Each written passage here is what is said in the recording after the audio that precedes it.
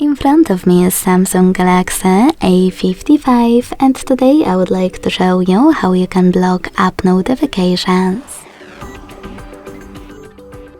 First of all, go into Settings and scroll down to Access Notifications. Then select App Notifications at the top and tap on All over here.